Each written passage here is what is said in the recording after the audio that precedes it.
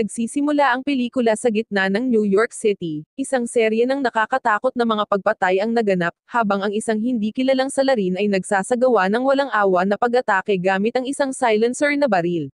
Makalipas ang isang taon, makikita natin si Nicolas Shaw, siya ay isang retiradong special agent, na ngayon ay namumuhay sa isang tahimik na buhay sa isang liblib na lugar na malayo sa mataong kalye ng lungsod. Sa kabila ng kanyang pagre-retiro, nananatiling alerto si Shaw para sa kanyang seguridad, na gumagamit ng mga CCTV at drone upang subaybayan ang buong paligid ng kanyang bahay. Naghahanap ng pagbabago ng tanawin, nagsimula si Shaw sa isang nag-iisang biyahe patungo sa ibang lungsod, kung saan nakatagpo siya ng aliw sa tabi ng ilog na nag-iisip kung ano ang kanyang susunod na gawin. Sa kalaunan, ipinarada niya ang kanyang sasakyan sa labas ng isang restaurant, at sa pagpasok niya ay nakikipag-usap siya kay Janice, isang maganda na waitress na naglilingkod sa kanya. Sa oras na iyon, nasulyapan niya si Irene sa bintana ng restaurant, siya ang may-ari ng kalapit na tindahan ng libro. Naintriga, nagpasya siyang bisitahin siya, bumili ng libro mula sa kanyang tindahan, at nakipag-usap. Habang humihigop siya ng kanyang kape sa umaga, bigla siyang nilamon ng mga alaala ng pagpapahirap na ginawa sa kanya ng hindi kilalang salarin. Sa mga pira-pirasong alaala na ito, naalala niya noong pinilit siya na ibunyag ang mga pagkakakilanlan ng kanyang mga kapwa operatiba, na kalaunan ay naging biktima ng parehong malupit na asasin na responsable sa pagpapahirap sa kanya. Sa labas ng kanyang tahimik na tirahan, ang atensyon ni Shaw ay lumipat sa isang pusa na nakulong sa lambat. Walang pag-aalinlangan, isinugod niya ang pusa sa malapit na ospital, tinitiyak ang kaligtasan at kagalingan nito. Samantala, dumating si Janice sa restaurant para sa kanyang pagkain, na nagdulot ng taos-pusong palitan sa pagitan nila ni Shaw. Gayunpaman, ang kanilang sandali ay biglang naputol ng may nabasag na kagamitan sa loob ng restaurant, na nagdulot ng maikling anino sa kapaligiran. Paglabas ng restaurant, nakasalubong ni Shaw si Irene, na nagbubunyag ng nakakabagabag na balita, isang estranghero ang dumating sa bayan, nagtatanong tungkol kay Shaw at dala ang kanyang litrato. Sa isang pakiramdam ng pagkaapurahan, kumilos siya upang makilala ang mahiwagang individual na ito, na nakita niya na pumasok sa malapit na kotse, at pagkatapos ay pumasok sa isang kalapit na tindahan. Sa loob ng tindahan, ibinunyag ng estranghero ang litrato ni Shaw, na naglulunsad ng serye ng mga katanungang nagsusuri, sa paghahanap sa mailap na retiradong ahente. Pagbalik sa kanyang sasakyan, nagulat si Shaw nang makita ang isang hindi inaasahang bisita na nakaupo na sa loob. Habang nakatutok ang baril sa nanghihimasok, humingi ng mga sagot si Shaw, na sino siya at bakit niya hinahanap si Shaw. Inihayag ng lalaki ang kanyang sarili bilang si Agent Dwight Logan, na nagdadala ng mensahe mula kay alias Kane. Kinokontrol ang sitwasyon, sinamahan ni Shaw si Logan sa kanyang lihim na hideout, kung saan isinailalim niya siya sa interogasyon, at pagkuha ng mahahalagang impormasyon tungkol sa mga intensyon ni Kane. Nang maglaon, nakipagkita si Shaw kay Kane sa isang restaurant, ang kanyang dating boss, na ang hitsura ay nagudyok na tanungin ang kanyang mga motibo. Ibinunyag ni Kane ang isang nakakagulat na katotohanan, na ang dapat na pagre-retiro ni Shaw ay isang pagtakas lamang, dahil kailangan niyang gawin iyon upang maiwasan ang galit ng isang ahensya na tumitingin sa kanya bilang isang traidor. Nawasak sa paghahayag na ito, napilitan si Shaw na harapin ang malagim na katotohanan ng kanyang mga nakaraang aksyon. Isang taon ang nakalipas, nahuli siya ng mga kalaban, na sa pamamagitan ng pagpapahirap, pinilit siyang magbunyag ng sensitibong impormasyon, na humantong sa pagkamatay ng kanyang mga kasamahan. Ngayon ay binansagan siya bilang isang kriminal ng ahensyang dati niyang pinaglingkuran, nakipagbuno siya sa bigat ng kanyang pagkakanulo, na pagtanto na kahit ang kanyang desperado na pagtatangka na iligtas ang kanyang mga kasama ay sa huli ay sinumpa siya sa mga mata ng mga tinawag niyang kaalyado. Habang nagbubukas ang pag-uusap, nagiging maliwanag na ang mga biktima ng mga unang pagpatay ay babala lamang, na isang paalala ng mga nakaraang paglabag ni Shaw. Gayunpaman, sumingit si Kane, na nagpapakita ng nakakagulat na detalye, ang kanyang anak na babae, si Monica, ay isang masigasig na tagahanga sa mga ginawa ni Shaw. Sa pagsisikap na linisin ang nadungisan na pangalan ni Shaw, sinimulan ni Monica na imbestigahan ang mahiwagang pagpaslang noong isang taon, na humantong sa kanyang mapanganib na malapit sa pagtuklas ng katotohanan. Nakalulungkot, ang paghahangad ni Monica ng hustisya ay biglang natigil nang siya ay dinukot ng isang makapangyarihang tao na kilala bilang si Quentin. Nagulat si Shaw sa paghahayag na ito, na kinikilala ang kakilakilabot na reputasyon ni Quinten. Gayunpaman, sa kabila ng kanyang unang pag-aatubili, napilitan siya dahil sa mga pakiusap ni Kane para sa tulong, lalo na nang malaman na ang buhay ni Monica ay nakabitin sa balanse. Napagtanto ang potensyal na malutas ang mga misteryo ng kanyang sariling nakaraan, sumang-ayon siyang tulungan si Kane sa paghahanap sa kanyang anak na babae. Sa isang bagong natuklasan na kahulugan ng layunin, naghahanda siyang harapin ang mga panganib sa hinaharap. Alam niya na sa pamamagitan ng pagliligtas kay Monica, maaari rin nilang matuklasan ang pagkakakilanlan ng utak sa likod ng mga kalupitan ng nakaraang taon. Ang gravity ng sitwasyon ay mabigat para sa kanya, habang sinasamahan niya si Kane pabalik sa kanyang lihim na base kung saan ang paghihinala niya sa masamang tao na si Quinten ay nagiging mas lalong maliwanag. Habang nauubos ang oras at mas mataas ang panganib kaysa dati, hinahanda ni Shaw ang kanyang sarili para sa mapanganib na paglalakbay. Habang tumitindi ang tensyon, inilabas ni Logan ang kanyang pagkabigo kay Kane, na binansagan si Shaw bilang isang traidor na hindi karapat-dapat sa kanilang pagtitiwala. Gayunpaman, mabilis na namagitan si Kane, pinatahimik si Logan at nakikiusap kay Shaw para sa tulong sa pagliligtas sa kanyang anak na babae. Nag-aatubili, pumayag si Shaw na tulungan si Kane, kahit na may malinaw na itinakda, ang kanyang pangunahing layunin ay ibunyag ang katotohanan sa likod ng kanyang sariling pagdukot at ang mga kasunod na pagpatay. Sa kabila ng pagkabigo ni Kane, tinatanggap niya ang mga tuntunin ni Shaw, na kinikilala ang pagkaapurahan ng sitwasyon. Isinasantabi ang kanilang mga pagkakaiba, sinimulan nila ang kanilang misyon na hanapin si Monica. Habang nasa daan, ibinunyag ni Kane ang nakakatakot na mga detalye ng mga pangyayari noong nakaraang taon, kabilang ang mga brutal na pagpatay sa 8 ahente, 5 sa kanila ang nasawi habang bihag nila si Shaw. Sa bawat paghahayag, tumataas ang mga panganib na nagpapasigla sa determinasyon ni Shaw na alisan ng takip ang mga masasamang puwersa na responsable sa mga kalupitan na dumaan sa kanila. Habang kumikilos sila, ang kanyang paghahanap para sa hustisya ay kaakibat ng desperado na paghahanap ni Kane sa kanyang anak na babae. Habang mas malalim ang pagsisiyasat ni Shaw tungkol sa kriminal, patuloy na sumasalot sa kanya ang mga nakakatakot na imahe at alaala, na nag-aalok ng mga sulyap sa nakaraan na nababalot ng misteryo. Sa kabila ng kanyang mga pagsisikap, ang mga detalye ng kanyang pagtakas mula sa pagkabihag ay nananatiling mailap na nag-iiwan sa kanya na nakikipagbuno sa mga hindi nasagot na tanong.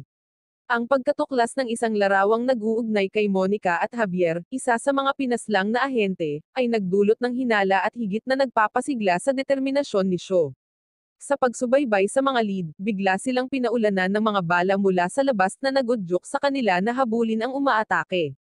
Ang kanilang pagtugis ay humantong sa kanila sa isang lumang bahay, ngunit ang salarin ay tumakas na sa eksena, na iniwan si Shaw upang tanungin ang mga motibo ni Kane, at ang katapatan ng mga nakapaligid sa kanya. Ang kanyang lumalagong kawalan ng tiwala ay nagpapahiwatig ng isang mas malalim na pagsasabwatan, na may mga hinala na bumabagsak sa mga motibo ni Kane, at ang posibilidad ng isang nunal sa loob ng kanilang hanay. Sinubukan ni Kane na tiyakin kay Shaw ang kanilang pagkakaisa, na binibigyang diin na walang sino man ang nakakaalam sa kanilang misyon. Gayunpaman, ang pag-aalinlangan ni Shaw ay nananatiling walang tigil na nagdududa. Habang tumitindi ang investigasyon, dinala siya ng paglalakbay ni Shaw sa mga hindi inaasahang lugar, kabilang ang isang barbershop na pag-aari ni Mouthpiece, isang dating ahente na may kaugnayan sa kanyang nakaraan. Sa gitna ng naranasan ni Mouthpiece na panlilinlang at pagtataksil, hindi siya nakipagtulungan sa kanyang dating kaibigan.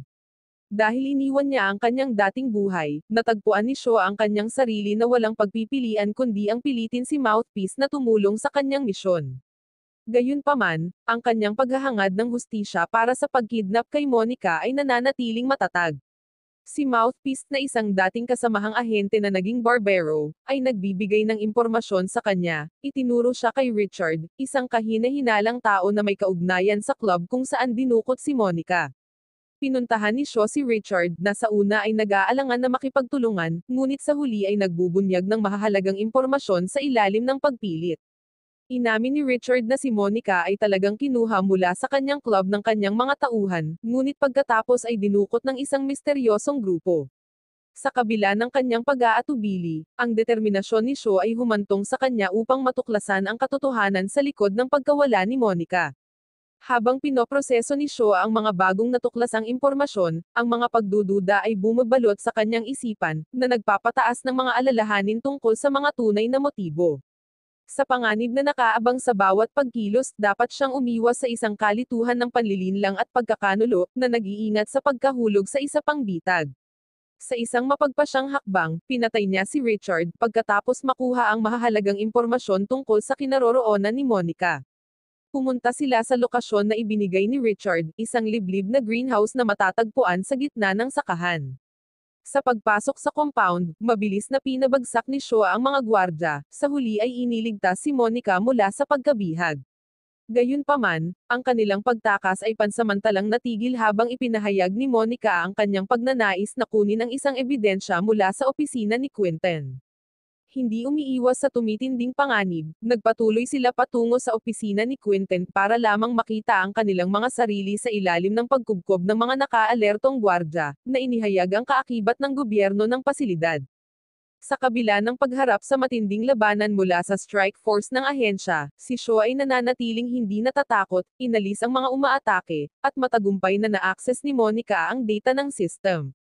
Gamit ang mga kritikal na impormasyon na inilipat sa isang flash drive, nagpapatuloy siya upang tanggalin ang mga ebidensya sa file mula sa system, na tinitiyak na isang kopya na lamang ng data ang natitira. Sa isang matapang na pagpapakita ng determinasyon at kasanayan, sina Shaw at Monica ay lumitaw na matagumpay, na nalantad ang katotohanan sa pamamagitan ng pagdaan sa panganib at pagkakanulo. Sa gitna ng matinding sagupaan, nakita ni Shaw ang kanyang sarili na tinutukan ng baril ni Monica. Ibinunyag niya na siya at ang kanyang ama ay nasa isang misyon upang makuha si Shu, upang mabawi ang naka-encrypt na data. Dinasormahan niya si Monica, at dinala niya siya sa kailaliman ng isang kalapit na kagubatan, para lamang matuklasan na nagtamo siya ng tama ng baril. Sa paghahanap ng kanlungan sa isang liblib na bahay, inihayag niya ang isang nakakagulat na paghahayag kay Monica, na si Quentin, ang misteryosong tao, ay pinilit si Shaw na ibunyag ang pagkakakilanlan ng kanyang mga kasamahan sa pamamagitan ng pagturok ng droga sa kanya. Gayunpaman, tumutol si Monica sa kanyang kwento, na nagsasabi na isiniwalat ni Shaw ang mga pangalan ng kanyang mga kasamahan para maiwasan ang anumang pagpapahirap, na nagsasabi na ang droga na itinurok sa kanya ay nagdudulot lamang ng amnesia. Naputol ang kanilang pag-uusap nang pinalaya niya si Monica at muling nakasama ang kanyang ama. Sama-sama, napagtanto nila na matagumpay na nabura ni Shaw ang inaasam na naka-encrypt na data. Sa susunod, nagtungo si Shaw sa kanyang dating hideout, sinimulan niya ang mahirap na gawain sa pamamagitan ng pag-unawa sa isang file na mayroong impormasyon. Samantala, sinimulan ni Kane ang kanyang pagtugis kay Shu, binabaybay ang kanyang mga hakbang sa mga madalas na lugar tulad ng lokal na kainan at bookstore. Habang naghahanap, nakita niya si Janice, ang magandang waitress, at nagsagawa ng karahasan, at pagkatapos ay pinatahimik niya ang may-ari ng bookstore na isiniwalat ang tunay na pagkatao ni Shaw. Habang binubuksan ni Shaw ang naka-encrypt na data, natuklasan niya ang isang nakakagulat na katotohanan. Si Kane pala ang tunay na dahilan ng kanyang pagdurusa, na sumailalim sa kanya sa pagpapahirap at pagmamanipula, gumamit ng mga droga upang sirain ang kanyang mga alaala, ngunit sa huli ay nabigong kunin ang mailap na impormasyon ni Quentin. Habang tumitindi ang tensyon, kinuha ni Kane si Janice bilang isang hostage na pinatindi ang pagtugis niya kay Shaw. Samantala, nagtapat si Shaw kay Monica, na isiniwalat ang tunay na motibo ng kanyang ama. Nagtagpo ang kanilang mga landas nang matuklasan ni Shaw na bihag si Janice sa sasakyan ni Kane, na nagudyok sa kanya na maglunsad ng walang humpay na pag-atake.